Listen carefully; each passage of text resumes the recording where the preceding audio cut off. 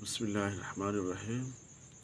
अस्सलाम वालेकुम नाज़रीन, आप यूट्यूब चैनल देख रहे हैं। मैं हूँ एडवोकेट गुलाम यासिन खान लिगारी। आज हमारा topic civil and criminal justice के मुतालिक है, दीवानी और फौजदारी इंसाफ। माहिर कानून ब्लैकस्टोन ने खिलाफ वर्जियों या गलत अफ़आल को दो हिस्सों में तकसीम किया है। उसके नज़दीक ऐसी खिलाफ वर्जी या गलत फहमी कि जिसका ताल्लुक़ किसी शख्स की निजी मामलात या निजी ज़िंदगी से होता है, और दूसरी वो कि जिसका ताल्लुक़ आमा से होता है। आसान लफ्ज़ों में ये कहा जा सकता है कि मौसूफ ऐसी खिलाफ वर्जियों, गलत अफ़आल या जराइम को ज़ाती, प्राइवेट और आमा पब्लिक में तकसीम करते नज़र आते हैं। दूसरे लफ्ज़ों में ऐसे मामलात जिनका ताल्लुक़ निजी ज़िंदगी से है, दीवानी सिविल की तारीफ़ में आएंगे, जबकि ऐसे मामलात जिनका ताल्लुक़ आमा से है वो फौजदारी क्रिमिनल की तारीफ़ में आएंगे।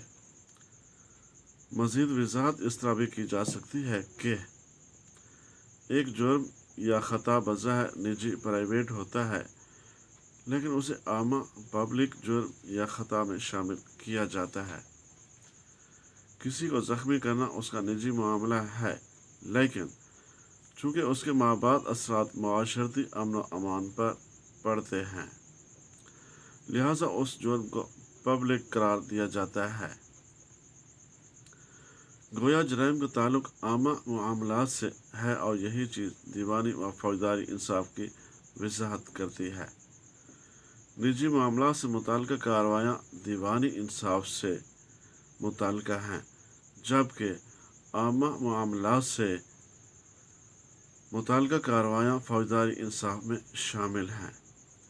कोई दीवानी कार्रवाई अगर कामयाब ठहरती है तो उसका बराह रास्त नतीजा कामयाब शख्स की दाद रसी है, जो कर्जा या हर्जाना की अदायगी, सज़ा बसूरत तावान, हुक्म इम्तनाई की अदायगी बसूरत फराहमी कब्ज़ा वगैरह की सूरत में होती है।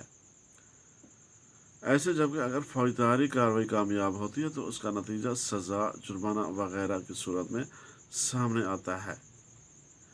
बाज़ सूरतों में कोई फेल बैक वक्त दीवानी व फौजदारी कार्रवाई का सज़ावार भी होता है। हादसा में किसी शख्स की हलाकत के खिलाफ उसके खिलाफ शदीद गफलत के इर्तिकाब में फौजदारी कार्रवाई अमल में आती है, जबकि मुतासर शख्स ऐसे लापरवाह शख्स से हर्जाना की खातिर दीवानी कार्रवाई भी अमल में ला सकता है। तब तक के लिए इतना ही काफ़ी। मिलते हैं अगले वीडियो में। अल्लाह हाफिज़।